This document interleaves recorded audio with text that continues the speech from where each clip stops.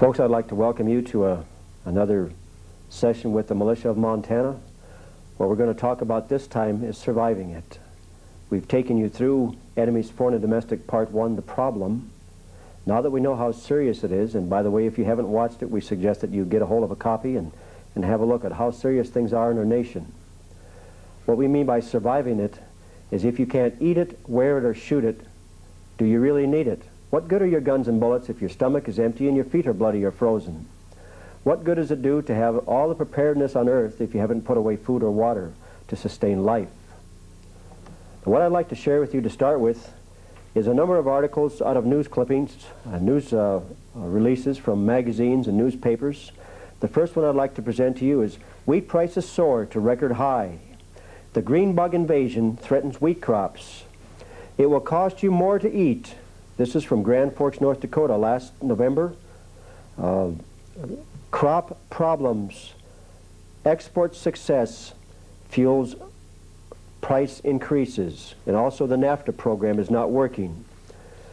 Food seen as next environmental crisis from Baton Rouge, Louisiana, January 15th of last year. Food banks bare as government supplies disappear. Now, my family and I are involved in food distribution for the needy in our communities, and we take it real serious when we can't come up with food for the needy. So we better start finding other answers, folks, and that's what we're going to get into here in a bit. Plan by Census Bureau would erase many American farms, read the headlines, according to Associated Press. In the Tampa Tribune, January 20th of this year, there's a picture showing the grain going into the bins from a field that looks very bountiful, but it says, the headlines actually read, grain shortage, a growing problem. Conditions indicate that there is at least some vulnerability in the food supply. And we have a picture that shows bare shelves and people raiding the shelves to gather food. The cover story is of the 12th of January of this year by USA Today. Blizzard gives market frenzy new meaning. Along those same lines, they were using the U.S. Army reserves to remove food or remove snow in Virginia, Arlington, Virginia. And the article talks about the storm. It says, people have become kind of primitive, said Lynn Day, a psychologist in Roanoke, Virginia. They are getting ugly in public right now. My husband said he saw two people fighting over a carton of milk in the grocery store.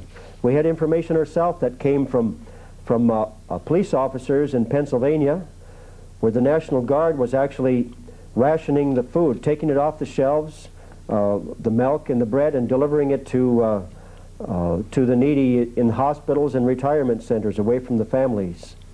Now we have one from Baton Rouge, Louisiana.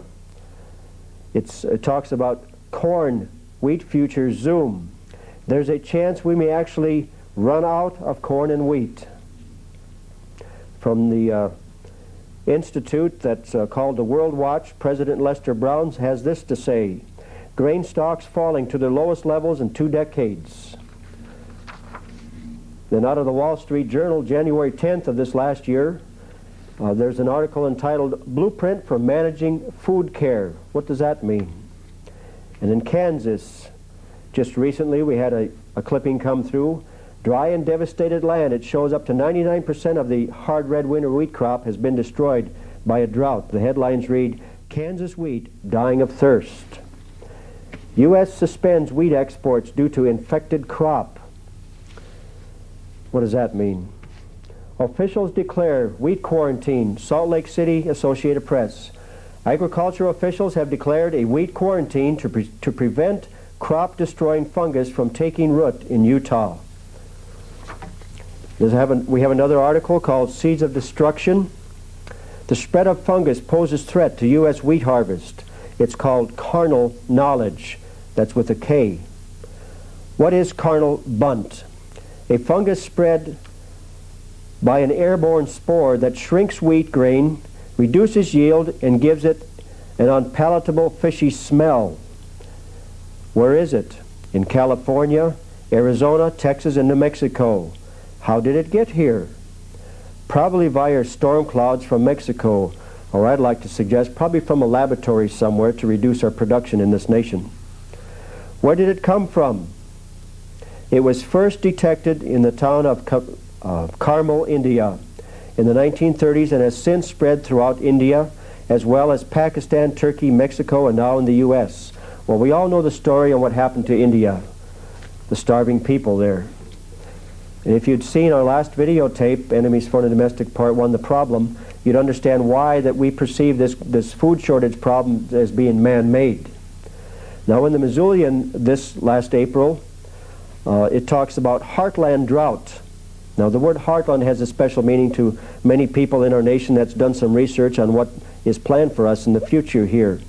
An extended dry spell across the breadbasket of the U.S. is now predicted to wipe out much of this season's wheat crop.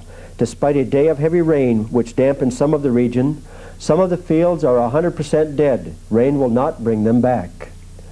Adding to the farmers' woes are infestations of green bugs and brown wheat mites. So what are we going to do, folks? We may think that the food comes from the 7-Eleven store or IGA or Super Value. Well, I think you're wrong. The food comes from our farms. Our farms are being shut down. In the 80s, they were being dropped about 3,000 a day across America. And no one was seeming to come to help them because they'd gotten involved in this financial trap. And we see this financial trap going all across our state still today. This now you see it, now you don't expanding dollar made by this feudal Federal Reserve that's not federal, and there's nothing in reserve. It's a private corporation. Now grains, if you want to get involved in the future of supporting our nation's people, get involved in taking your money out of Wall Street or wherever you may have it invested and put it into your farm. Put it into the farmer so he doesn't have to go to the banks and make himself so vulnerable to foreclosure. And when it's time for him to harvest, be there to purchase his grain instead of being sent to Cargill and sent overseas. Be a part of our nation again, folks. I'd like to read a little poem here by Gary North in one of his latest books that he wrote. This poem is entitled Lullaby of Wall Street. Rockabye dreamers in the treetop. When the Fed slows, your cradle will drop. When the Dow breaks, the dreamers will fall. And down will come dreamers, pensions and all.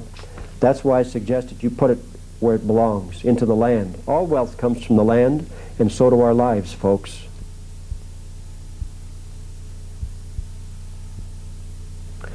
Now, folks, before we get into gardening and procurement of food in the gardens that we grow, in the event we don't have the opportunity to do that, be it caused by something natural or just don't have the availability, let's talk about gathering food from the wild. We've got many training videos and books.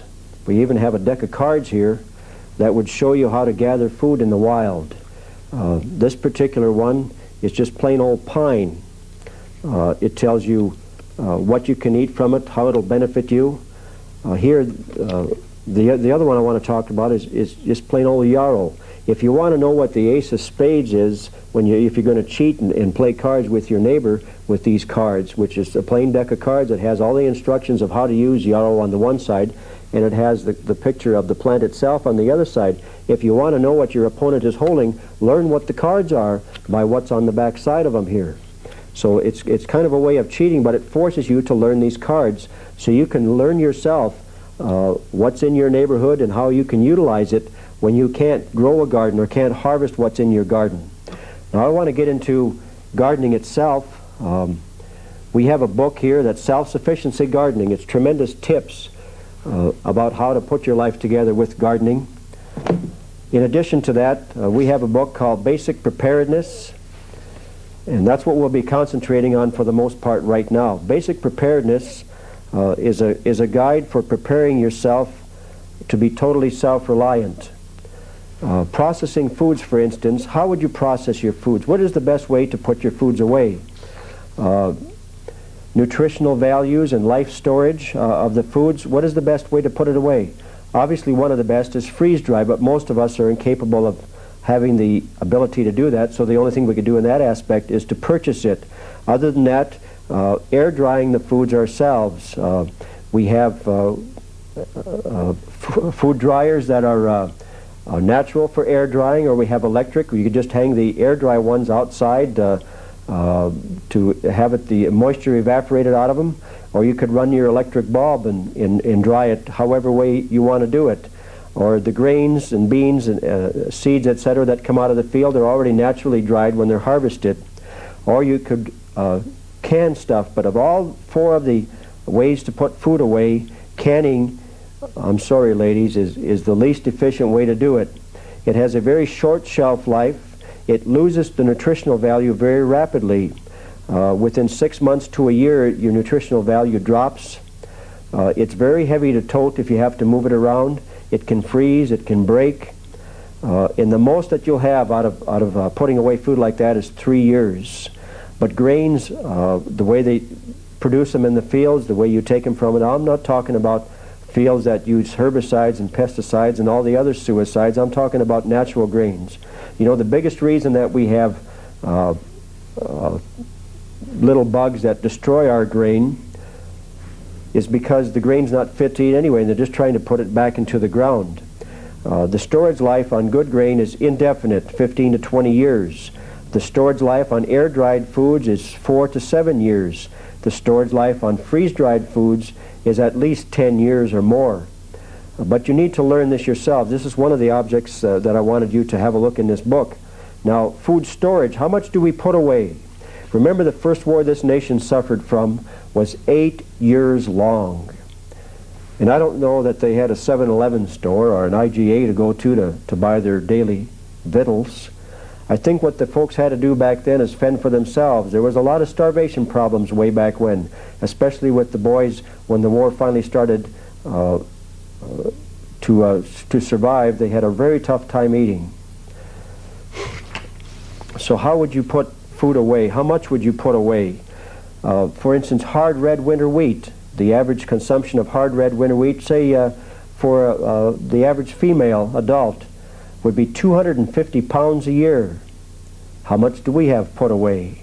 If it would be grains or corn, like in corn or barley, oats, etc., it would be 120 pounds. You can't eat just one, and if you don't know how to prepare it, you need to learn how to do that also.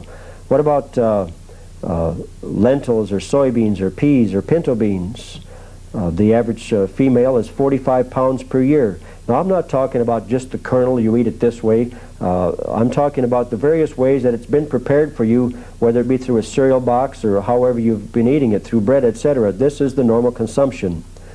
Now, what we want to do at this point is break away and show you how we actually put this food away into containers, just in case there are some of you that may not know this.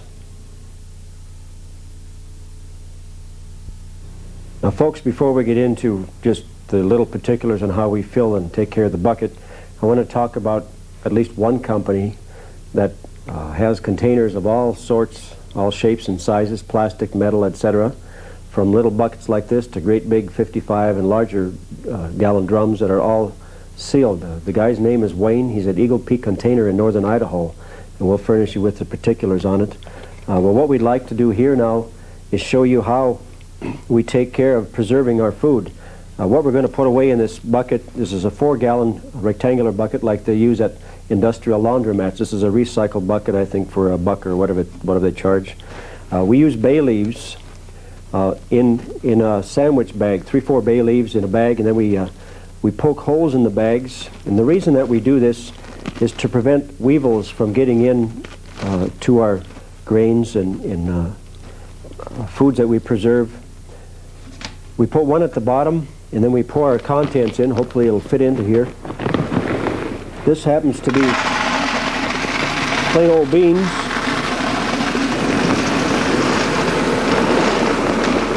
We try to get it as full as we can so that if it ends up in an area where equipment is running over the top of it, it won't smash it, so that it'll be self-supporting. Well, we almost have enough to fill it here. And when we're done putting that in, we put another set of bay leaves in the top, another sandwich bag with 3-4 bay leaves, punching holes in it also, so that any chance of weevils coming around is not going to like what happens here when they get involved with this stuff. Then we seal it up, a nice tight seal.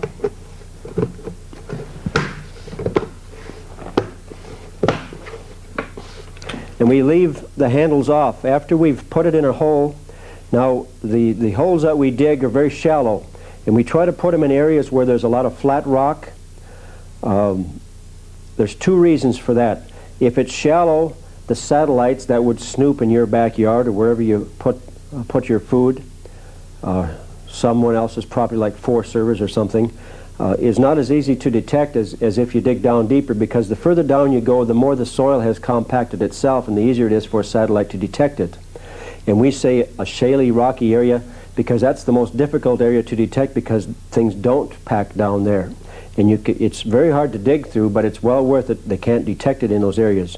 So when you get it dug out, and we don't just bury one bucket at a time, it's like a dozen or so. And we don't just put in beans or grain. We put in the essentials that we're going to need in the future, like, for instance, the various grains, a sweetener like honey or molasses, preferably non-sulfured sweet molasses, some type of cooking oil. We ourselves use olive oil, and then salt, preferably sea salt, something that has all the natural ingredients in it instead of just sodium chloride, which is a poison to you.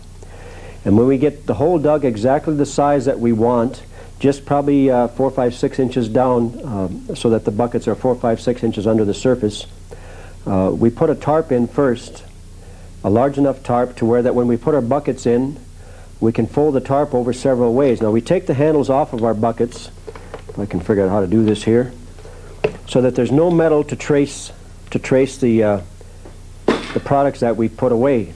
And then we take the tarps and we fold it up 4 different ways so that there's no chance of moisture coming back in here. And after we've accomplished that, what we do, just say it's 4 ways now over all of our buckets. After we do that, we put some rope on top, and I'll get to that in a second. We just spread the rope out so it's not all linked together like this. And after we're done with that, spreading out over the top, we take another tarp or so. Now this particular tarp here came from a lumber yard. It was gotten free of charge. It's about 9 by 20 feet for nothing. That's the best price there is to pay for a tarp, I'd say, or anything else. And it's white on one side, it's dark in color on the other side, so if you're in a winter surrounding and you need a shelter, which is what all this here stuff is all about, not only to protect your food, but a shelter. So when you come to your area, bearing in mind that it could be that your environment is the worst enemy at the time, you take this rope and you run it from tree to tree, and you throw your tarp over it, and you automatically have yourself a shelter. So what you must do is try to find an area that's not going to be exposed to standing water, that may be a little raised from the other areas, and if you have extra dirt in the area, or rock or whatever it is in the area, when you're done doing your little deed there and you want to camouflage it very nicely with things to put over it, you don't leave this dirt standing around in a pile right next to where you've worked, of course. You take it away, or you just make an extra little radius out of it so it shreds water away better than ever, so that nothing's standing around your goods here. But please don't put metal where you put your food. In whatever metal you're talking about, just get it out of there. And then after you've buried it and you have to use it, how do you use it? That's where we come up with a book called Cooking with Home Storage. It gives you tremendous ideas of how to use what you've put away. Many people can put stuff away, but they're probably going to starve to death wondering what they're going to do about it now that they have to use it. So we have to figure out what to do beyond these points to survive. It's whatsoever you think, I guess, is what you're going to be or what you're going to do. But you have to have thought it through. You have to have applied your heads to your hands to survive what's coming, folks.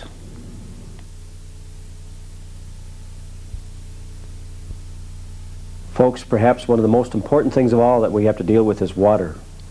We can go for days or weeks without food, depending on what we're doing. But we can only go for hours or a few days without water. Probably 3 days the most, before your cells start to deteriorate. So what do you do about water? We've got water that comes out of a tap in the city that's at the hand of someone else, and your health is at the hands of someone else, depending on what they would like to put in there. For instance, certain cities in our country have had additives put to their water, and when talked to the hydrologists, they have no idea why they were ordered to add LZX-280. In these cities, we are told, that have had this added as an experiment, we've had high suicide rates continuing on for quite some time. Now, what we'd like to suggest is to make yourselves a little less vulnerable, a little more independent instead of interdependent. After all, cities are a very unnatural system against nature, not toward nature. So what we'd like to see you do is start putting away water here and there, wherever where you can, especially if you live in areas where you know there's no streams, no access to water. If you live in aerated areas, perhaps what you'd want to do is bury some type of containers, like 55-gallon drums in the ground just under the surface. So when you have what we call a portable filter system that assembles and you can actually pump water with it. It comes with hoses. It's very backpackable. You could take one of the hoses that connect to the unit and put into your container in the ground that no one knows is there, and fill up your water container again to move on to your next area wherever you have to go, or just to sustain life as what may be the cause, the necessity. Now what we'd also like to talk about is this little container here that clips to anybody's belt. You have to have a belt, preferably, to hold this. And to purify the water that's in there, if you have to end up getting your water from some area that you're not sure of, you would want to take along something called iodine tablets to put in the water, and all the directions are on this little tiny bottle here to give you instructions as to how to use it, how much to put in there to purify it for yourself. Also, the container that you put in the ground should have some type of preservative to it. What we recommend is 35% food-grade hydrogen peroxide, 1 ounce for every 50 gallons of water. And if you can possibly recycle it every 6 months, your water, to make sure it stays good and uncontaminated. But without water, I don't know how far you can go, how long you can survive. The books that we have to offer you about survival in various areas give you many tips on how to survive with water that you've stashed away, or even water that you'd gather off of plants or tree leaves, etc., certain times of the day. So keep that in mind, please, folks.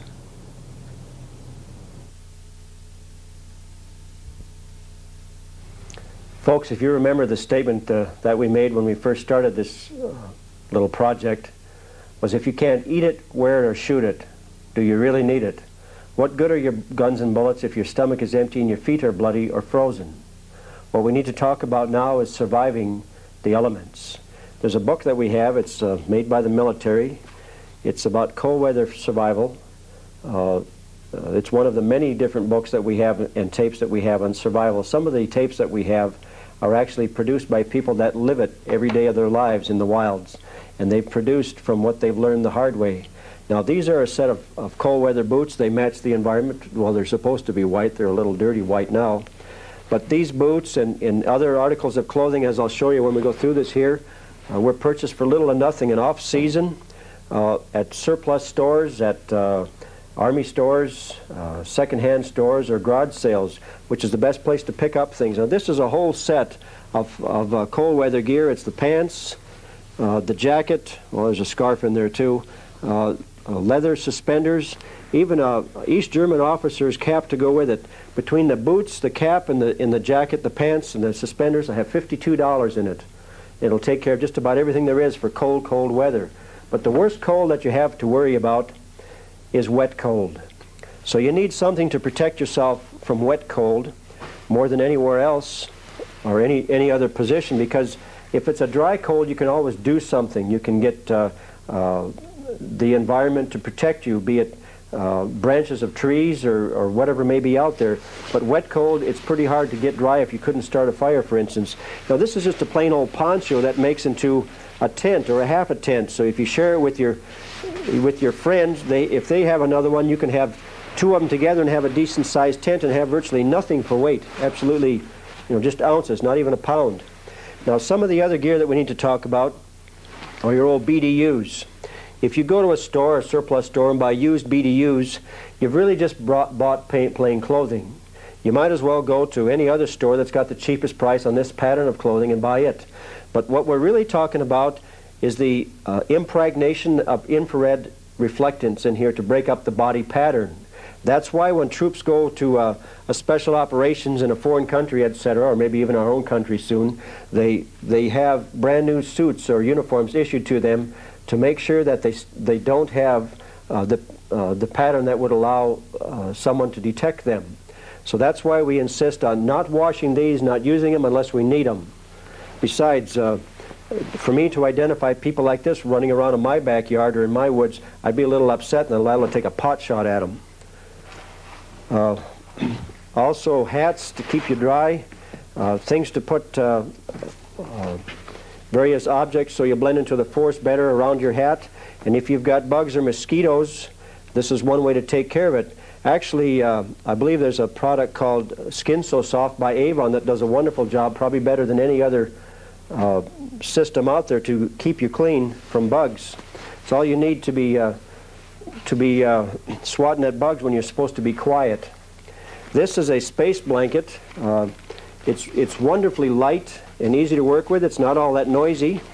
It's very functional when it comes to keeping you warm. It reflects the heat right back in at you, and it'll help keep you from being spotted by some of the electronic equipment out there if you don't touch it. If you have to shield yourself and hide in the forest or wherever you're at from a helicopter looking for you, the best way to do it is to put an object like the butt of your rifle or perhaps a stick or something to hold it from your body so your body is at least a half a foot away. Because if your fingers are touching it, they will see the infrared from your fingers through this and detect what's under it. Now, as far as sleeping bags go, there's all different types. This particular sleeping bag packs into this little bag right here. It's a huge bag. It keeps you warm to about 40, 50 below.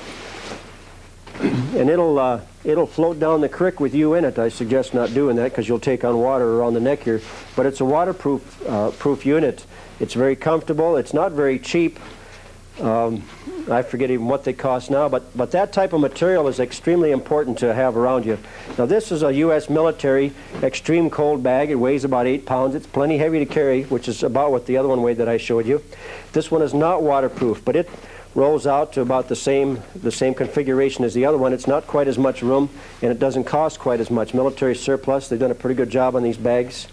They call it the Extreme Cold Mummy Bag, and they make them from this size all the way down to the 30, 40 above bags, which is just nothing but bare cover for you. So what do you do with your clothing when it's time to put it away? Get it out of your place. You need something to put it into. What we've done is put all kinds of clothing, be it fall weather gear or cami clothing or sleeping equipment, or just plain going to surplus stores and picking up surplus boots or hats or gloves or fall weather gear or just clothes, big, little, infant, whatever it might be, and putting into 55-gallon sealable drums. We do not put mothballs in with our clothing because we believe that it's a scent that can be detected. It's an unnatural scent for the forest. If you want to keep bugs away from your clothing, put them in there clean in the first place and put pine boughs or something in there with it. It does a wonderful job of disguising or taking away the scent for you so you can travel through the forest just fine or wherever you may have to go. But these drums, it's very important to put them away in a good, secure, shielded area that's airtight, watertight, and get them away from your homes also. There's going to be a lot of people coming that are going to need your help, and you're going to have to be prepared, at least to some extent, to helping these folks out. So whatever you can do to put clothing away, please do it. It doesn't cost much if you buy a pair of shoes for a quarter or 50 cents at a garage sale, or a coat for a child for 2 bits or a buck or whatever it might be. You're not going to miss it that much, but they're sure going to miss it if they're starting to freeze to death out there, and you'll wish you'd done it sooner, folks. Get prepared.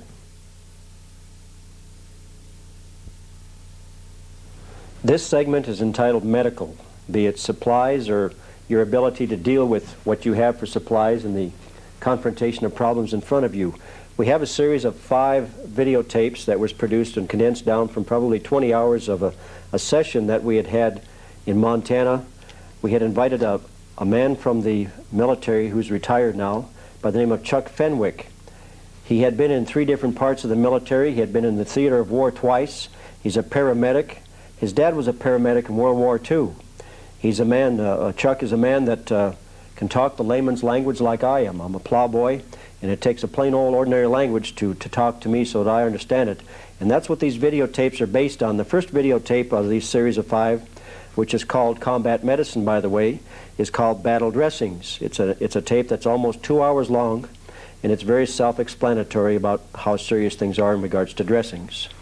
The second one, part 2, is called Fractures. Obviously, how to put splints on and repair broken bones, etc. The third one is about minor surgery, which is a part that I'm not familiar with at all, and I guess that's why other people are, and that's why we have stuff like this lying around that some people know how to use. The fourth one is entitled Thermal Injuries, Airwaves, and Triage. It's a very complicated tape. It's not the longest one of them all, but it tells you who to treat first, etc. The last of the series is Shock. It is a shocking revelation of how serious things can really get if you let them get out of hand. Now, this man has also, after having produced these tapes, has gone around the country and has started trying to organize people under his medical corps all across the country. Those of you that want to get involved, we'll show you how to get in touch with Mr. Fenwick from northern Minnesota to practice, to be prepared, to be organized for what seems to be coming down the pike at us. One little thing I'd like to just share with you here is a bandage, a silly little 4x4 bandage that the military offers. You can pick it up for 50, 75 cents or a buck or whatever they're worth today. This little bandage could save someone's life. You know, if the medical facilities are non-functioning and you need to plug up a wound on someone, how do you do it if you don't have the material around to do it with? One of these could save someone's life. If you can't replace the blood, you better stop it from flowing out, don't you think? It's a real simple task to learn how to do some of these basics to prevent death. Now, I want to go back to a book that we've been talking about earlier called Basic Preparedness. This book covers a lot of different things, and medical being one of them. Some of the basics that they talk about to stock up on are bandages, Band-Aids, Q-tips, scissors, scallops, surgical tape, thermometers, eyeglasses, or eyeglass to wash out eyes with, flashlight, aspirin, hydrogen peroxide, olive oil, cayenne pepper, snake bite kits, you bet. Some of the other things in this little book, homeopathic first aid, how to use the natural herbs for this purpose, herbs like aloe, chamomile, chaparral, dandelion, golden seal, nettles, rose hips, yarrow. We hear that the government is anticipating shutting the herbal business down real soon, so it may not be a bad idea to start looking at stocking up on this merchandise very quickly. Now, some of the herbs also in this booklet, some of the herbs that are talked about are herbs that can be used for problems such as allergies, which would be bee pollen or comfrey, or burns, which would be aloe vera or comfrey, muscle cramps, which you would use alfalfa or black cohosh, infection, golden seal or rose hips, sprains, golden seal. I mean, it goes on and on and on, what you can do here to suffice what's coming along. Also, what we have is a book called The Shepherd's Purse. This book is very thorough in how to prepare. It goes beyond most books I know of. It even shows you how to prepare tinctures, fluid extracts, etc., so that you can be prepared without going to the stores if they shut off the supply to us. Make your own. Now, people think that it's just going to take a little bit of studying to get through all this here.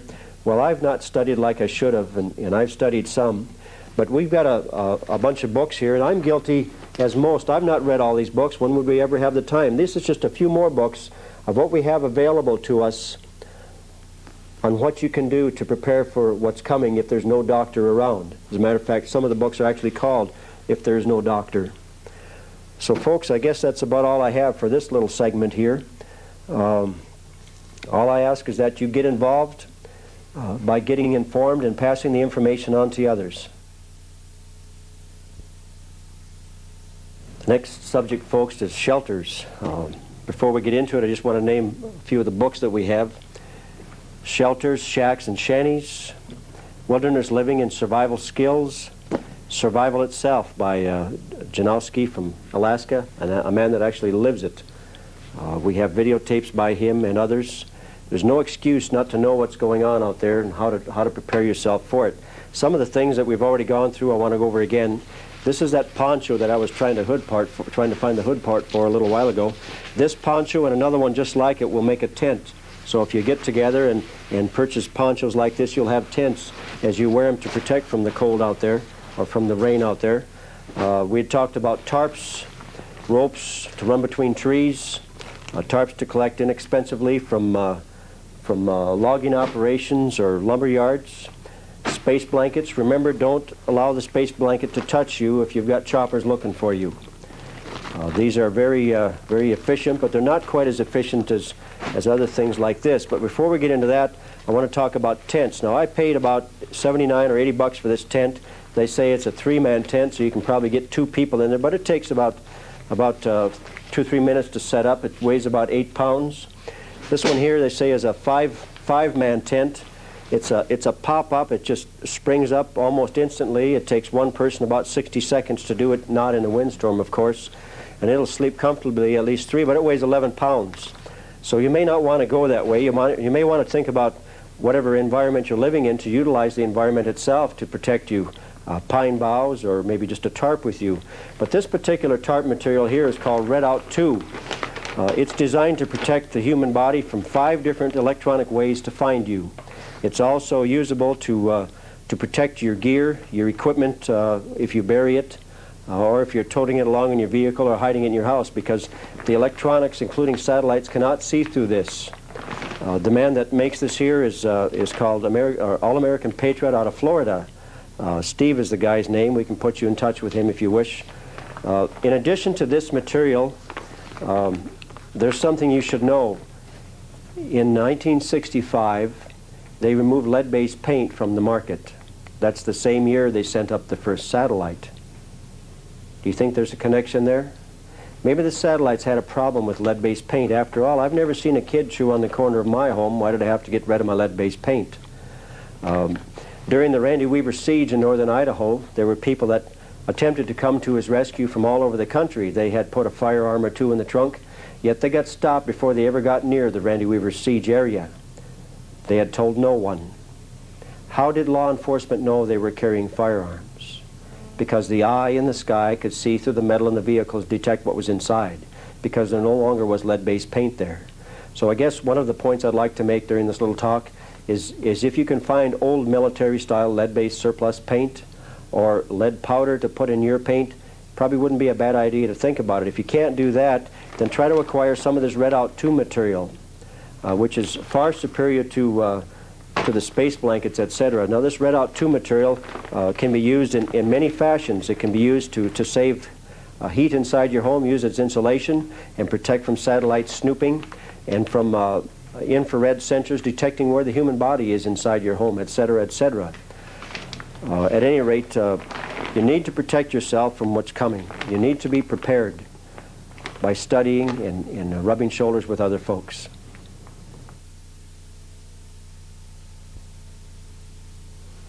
This segment is entitled Energy, Travel, and Communications. The reason we're doing this is because we suspect problems coming up in the near future with all 3. For about 10 years, I produced my own energy from wind. When I moved to the part of Montana that I live in now, I ran out of wind.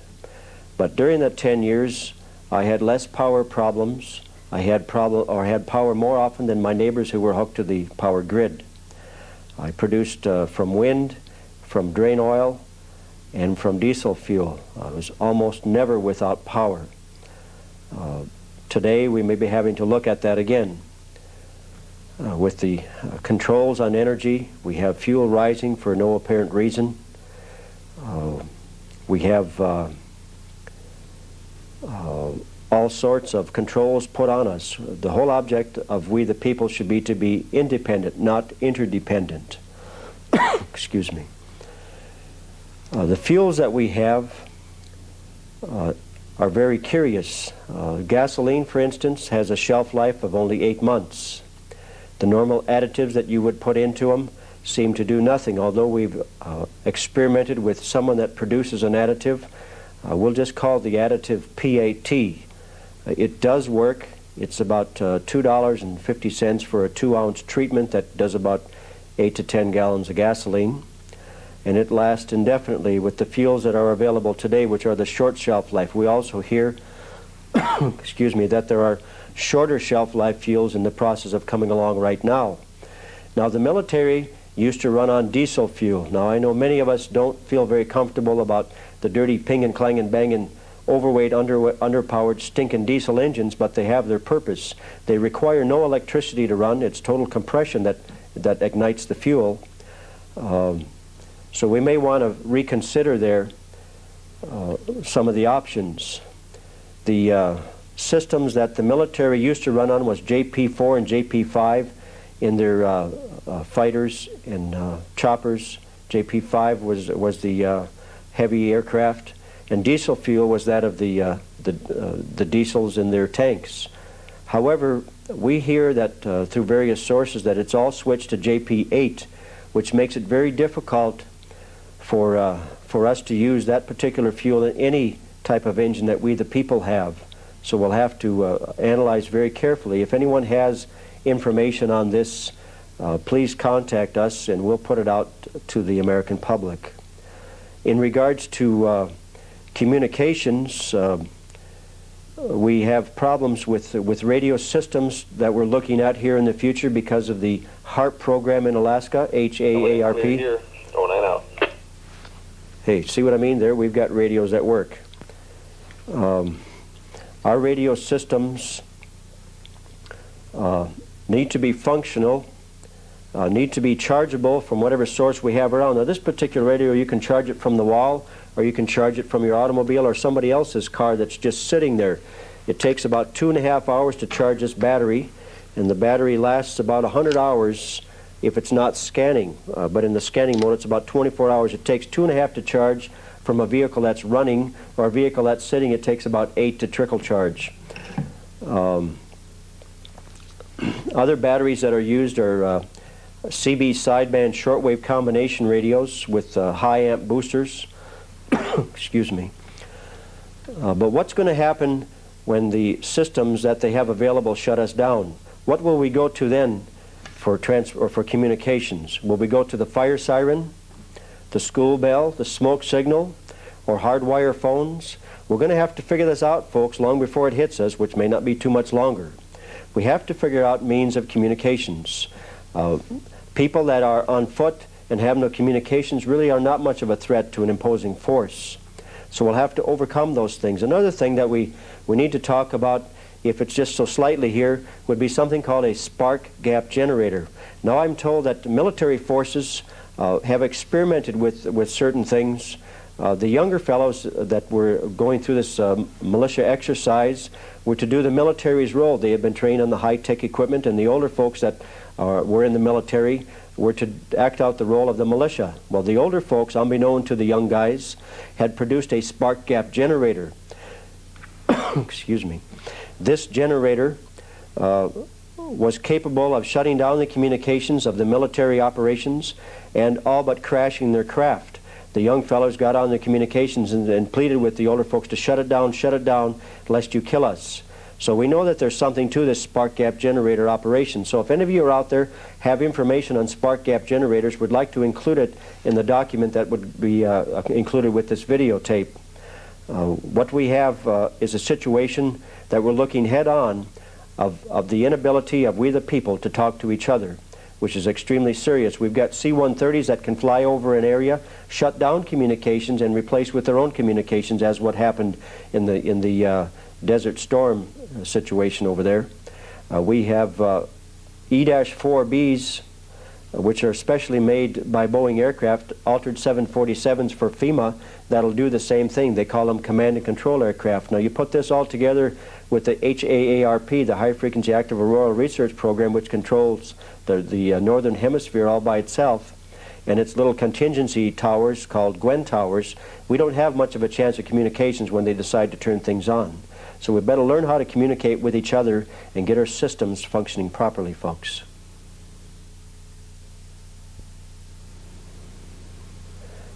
Tools and other related items. It was tools in hands like these that built our country from scratch, from nothing. It must be the ability of the American people to be willing to go through this again, to put our country back together if what goes on is allowed to continue on. If we don't have the ability to connect our hands, our heads to our hands rather, what do we have for a chance to put our country back together? We must not sever ourselves from our tools, the lifeblood of our future. Hand tools and related items must include at least items like nails and screws and saws of various types, hammers, screwdrivers, wrenches, pliers, repair parts, electrical tape or roofing repair materials like tar paper or tar, gardening tools, shovels and rakes and buckets, etc. For wood and for wood heating, axes and mauls and saws of various types, many various types. Saws that can saw quietly, quieter than an axe, can drop a tree in the enemy's way. Tools can be very essential in many, many ways.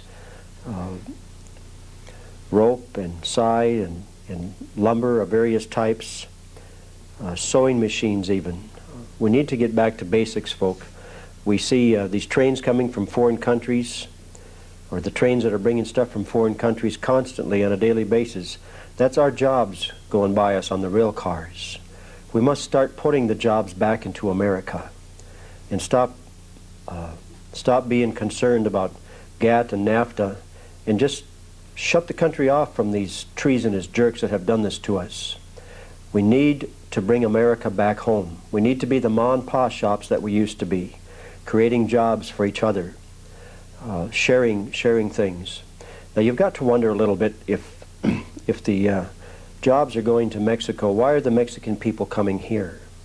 Is it because of the handouts, or is there some big problem in Mexico? Do we foresee what's happened to other countries happening to us here in America? You bet we do. We better be prepared to go for the long haul, to produce for ourselves what we need to survive as a nation.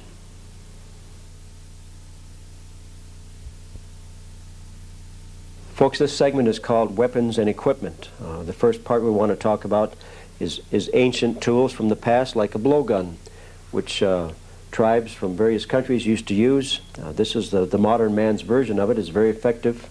It comes in many sizes and shapes. The next one we want to talk about is a crossbow, a hand crossbow, a very effective little tool, very compact. And of course this comes in various shapes and sizes also. And what we call a wrist rocket, this little rocket here, if used properly, will send a steel ball or a small marble up to 500-600 feet per second. And you can get very efficient with this if you practice. But what we're going to home into is, well, let me talk about the earpiece here first. Before you start doing any weapons practice, you should always protect your ears, because you're going to need your ears to very keenly listen to things that go on around you. But what I want to talk about now, for those that are just getting into firearms or newcomers to it, should start out with small weapons so you don't end up getting gun shy.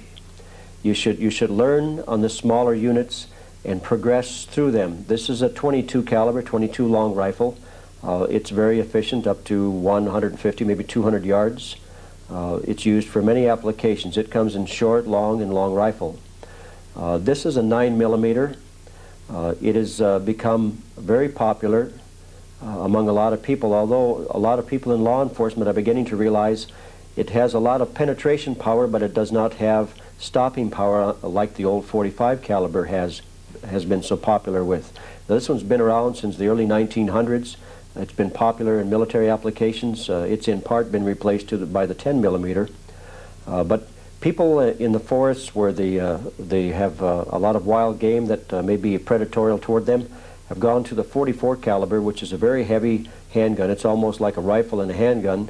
As a matter of fact, they do have 44 caliber rifles chambered also. But what we suggest, rather than going with any of this, particularly this in the forest, you can take the heart out of a grizzly bear with one of these, and he'll still go 45 seconds. A grizzly bear that's angered or enraged on adrenaline can do a lot of damage in 45 seconds, can take your head and your limbs off. What we suggest that you go to, and now this is just probably a small version to some of you, now this is pepper spray. This will stop a bear in its tracks. Now I'm not necessarily talking about this size, but it's, smaller sizes of it. Will stop a grizzly bear in its tracks, and it'll never want to attack you again. I guarantee you The smaller versions go down to like a 4 ounce of pepper spray. That'll still do the job, but the gentleman's pen here, and don't be confusing this with Binoc or it'll be knocking you down. This is also pepper spray that you can put in your pocket and wear like a regular marker. But let's get into the rifle sizes here a little bit. This is a 223. It's shot in the M16 that the military has carried. It's shot in the AR-15, the civilian version of the M16, the Mini 14s, etc. It is a quick bullet, and it is fairly long range, but it is a very light bullet and does not have much for knockdown power. This here one is a 308 caliber. It's used in M60s, etc. It was used in the M14 during the Vietnam era, where they switched from this to this unit right here. When the troops woke up one morning, they found themselves with a little rifle alongside them instead of their M14 308. They found the 223, and on the side of the plastic of the stock it said made by Mattel, so it was a little hard on their spirits there. The next one I'd like to talk about is a 300 H&H. Now there are many versions in between all this, but this is basically some of the most popular stuff in the mountains, at least around here. This is a 30 caliber like this is, but this is 147 grain. This is a 223 caliber. This is only 55 grain. This knockdown power on this particular one is 400 pounds at 300 yards. This is 1,440 pounds at 300 yards, so I'd much rather use something like this. This is obviously a whole lot more. This is more for hunting or whatever, the silver tip. It's a 200 grain instead of 147, 300 H&H. But now if you want to get into the real reach out and touch situation, I suggest something more like this. This is a 50 caliber BMG. They say the range on this is about as far as the eye can see. We've heard many stories where people have been hunting with tools like this, etc., and have been had a bead drawn on a critter out in the flats in eastern Montana, and the critter all of a sudden just collapsed in front of them. They couldn't figure out why. They didn't realize sitting a mile behind them or half a mile behind them was someone playing with a tool like this. But what I'd like to get into now is a bit of I'll talk about, for instance, the sniping aspect. If you're going to be going through the woods, toting equipment, etc., you need to protect your eyes also. And if your hands are full, you can't be putting your arms up, etc., trying to protect your eyes. So this is probably one of the better ways. It's very light, it collapses very easily, fits in your pocket, to protect your eyes. And once you don't need it, you put it back away in your pocket again. But the sniping aspect, in our little county, we've got stickers and hats that say, "My county is protected by 5,000 snipers." That's only to say that that's how many hunters are in our county, because every decent hunter is a very good sniper, and they're very, the enemy coming to an area that has a lot of well-trained hunters should be concerned, because it is a viable threat. So with all the equipment that they've had to locate us, and we'll get into that later here, is why we are involved in trying to help people prepare to survive what's coming. Now, a sniper, say that you've sighted your firearm in at 300 yards, and you've got your target out there, and at 300 yards you're right dead on the target, but you come in closer to 100 yards and 200 yards, and you end up shooting way above the target without changing your sights at all. And you back on out to say 400 yards, and you're probably 12, 15 inches below the target.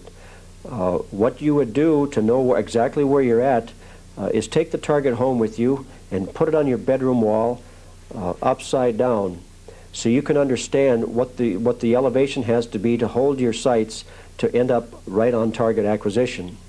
There's many more things in regards to sniping, and this whole concept of the tape that we're building is to make you aware of the areas you may be weak in and to point you in the right direction to gather information.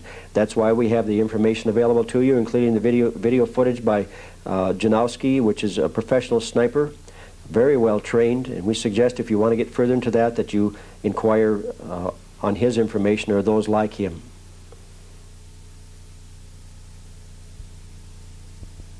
A couple of years ago, we had stated that the New World Order was going to take over through chaos.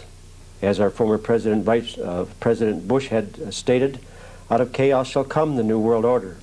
Well, we've already had chaos. We've had people sniped. We've had them shot.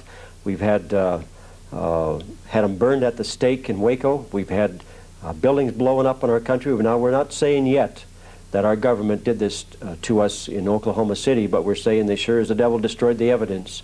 Now, the third thing that we had mentioned a couple of years ago was that they were going to do it through biological warfare. Well, folks, I'm here to tell you that the times are really close for this biological warfare. This is a brand new book that came out by a friend of ours by the name of Steve Quayle and his associate Duncan Long. In the back of this book it says this: "The genie is out of the bottle. Chemical and biological weapons of mass destruction are now in the hands of terrorist arsenals around the world. You are in serious jeopardy if you don't understand the ramifications of the new engineering viruses and molecular engineered biological weapons that are so readily available to terrorists in the world today. Coupled with this threat are the new Novichok series of chemical weapons that the Soviets have designed. As little as 500 pounds can kill 500,000 people. Can you read the handwriting on the wall? Breathe No Evil is an extensive overview of chemical and biological weapon agents and the preparation and products that you need to be in possession of to survive this perilous threat. The first chapter will have you holding your breath, while the additional chapters will tell you how to breathe easy and with correct preparations." I'd like to introduce you folks to a good friend of mine from Russia. This is Boris. He's here to tell us all about his biological experiences. Actually, no, he's just here to demonstrate what it looks like to get suited up. Now, this is a regular chemical suit that we still have some of. There still are a few left in the country.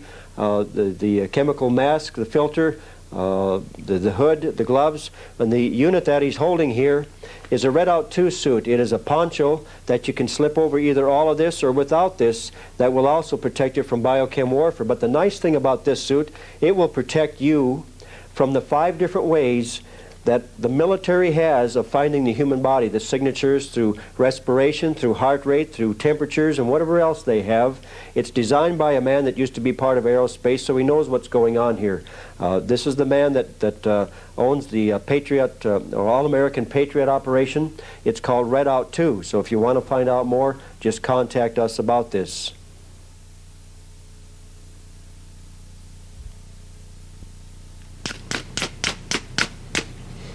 Now that I've got your attention here, folks, I just want you to know that you better be prepared from all aspects. How do you start a fire in the forest? You can't go down to your local 7-Eleven and buy one of these all the time, you know. And how do you start a fire with your flint? How do you know what part of the tree to get? You're not going to have this available to you all the time either. So that's why we have the manuals to study and the tapes to watch, so that you can start getting into this yourself. Otherwise, you're going to be drinking mighty cold water from your little canteen here, and you're not going to be doing much cooking with your stainless steel equipment that you get from your local military surplus store. This container here fits into the pack that you can moisten to keep it cool for yourself, and it fits right over the top of this. So this all fits together in this little container right here to go on your belt. Other items, this is a hammock. It's a small, compact, it doesn't even weigh a pound. When opened up, it can go from tree to tree and give you a very good night's sleep up on the top of the tree where the adversaries have no idea where you are. Objects like this, this is a map reading book to teach you how to read maps by the military. It's a pretty good booklet. It leaves out a lot of bits and pieces that could probably help you in the future. Now, there's a man that used to teach that is a military man that put this whole kit together. His name is Bob. He did an excellent job. It comes with the video, all the orienteering stuff that you need to learn and to actually do the physical things with what's in here. It's a very good method of learning. And we've got bits and pieces. This is a Alice 2-pack. It's a nice compact military pack. It's very strong.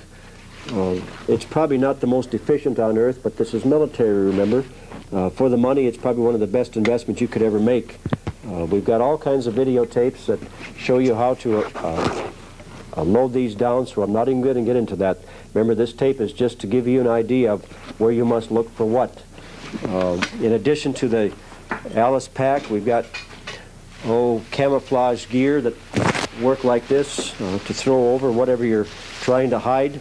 Some of these come in the form of aluminum strip material to evade radar, which I suggest that you probably get your hands on if you still can. I know the military's been shredding these up instead of trying to get them to the public to get some dollars out of them. They'd rather not have them in our hands because of what they must have intended in the future. Anyhow, there's a lot of bits and pieces. Ammo cans are already on the chopping blocks. They call it Lot 1000 for destruction. So grab what you can while you can, folks.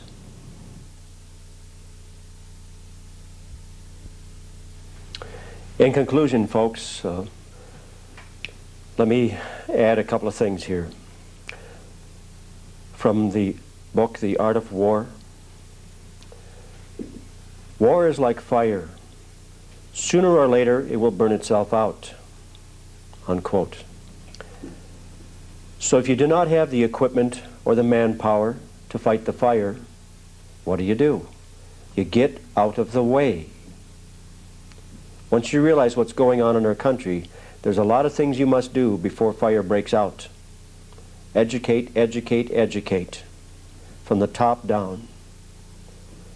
Knowledge, training, and preparedness never guarantees success, but the lack of it guarantees failure. Only failure can be obtained without effort. Now, this is the book that I just quoted from a minute ago. It's called The Art of War. It's, I guess we consider our second little black book. It's extremely powerful with some wonderful information in it. This is what the book is really all about. The paradox of the art of war is in its opposition to war. And as the art of war wars against war, it does so by its own principles. It infiltrates the enemy's lines, uncovers the enemy's secrets, and changes the hearts of the enemy's troops. The Militia of Montana has prepared a booklet. It's called Information and Networking Manual. I'd like to go into it a little bit to show you what it's really about. The section that talks about the networking and the cell structure itself talks about 7-man cells. Now, we're not holding you to a 7-man cell structure. This is just what we suggest, what we're using. The cell structure starts out with a person, the initial cell, and builds up to 7. 3 of the 7 leave to form the next cell when it's time to go beyond that number. The first cell builds up to the number 7 again, but the original people that put the cell together always stay with that cell. The same with the cells that branch off. The original people that started the next cell always stay with the cells. So when you get 3 cells away, the third cell doesn't know who's in the first cell and vice versa. For security reasons, for safety's sakes, you cannot be infiltrated that way. Let me talk some more about infiltration in regards to the cell structure and how to prevent anything from happening. These are the tips that would be mailed to anyone that wants to join our network or cell structure system, or even by picking up our booklets to see how to be secure in their own. Number 1, beware of all strangers. Historically, resistance to tyrants has taken the form of small autonomous groups or cells whose members know and trust one another from long experience. Number 2, beware of the man who is too perfect. He says all the right things. He needs little persuasion, plus he supplies a substantial amount of money. Number 3, beware of handling someone else's firearms, or you will find your fingerprints showing up at a crime scene. Number 4, be double aware of a stranger who proposes illegal activities. You will soon find him testifying against you in a federal court. Number 5, beware of those who draw checks from the enemy. They are very likely to have divided loyalties. Now, I need to interject a little something there. We communicate with people that are in federal, state, and local agencies. Occasionally, well, even more than occasionally, many of them call us and say, remember, we're Americans too. If we think we're vulnerable, trying to put our country back together, imagine what these people must feel like when friendly fire can take them out and no investigation be done. So I'd suggest the best thing that we can do is try to win over the enemy troops, our fellow Americans that are in agencies that would be required to come against what is left of the American way, to win them over to our side. That doesn't mean you have to spill your private information. Number 6, avoid drunks, drug users, and anyone of unstable character. Always choose quality over quantity. Number 7, beware of someone whose intellect, education, and background appears different from those with whom he attempts to associate. Most people interrelate with others of similar interests and backgrounds. 8, do a little investigation. To be sure, the feds can create good cover, but they seldom bother because up to now resistance groups have almost never checked their associates' backgrounds. Number 9, recognize the ruthlessness of tyrants and act accordingly. A government which will mass murder innocent families, including women and children, is not going to play fair with you. Skipping down to the bottom of the brochure here. We must create our own means of informing the masses to cause them to be sympathetic to our cause. Learn to fish in friendly waters. That doesn't mean going out and throwing information in someone's face and screaming at them, here, listen to this, or look at me.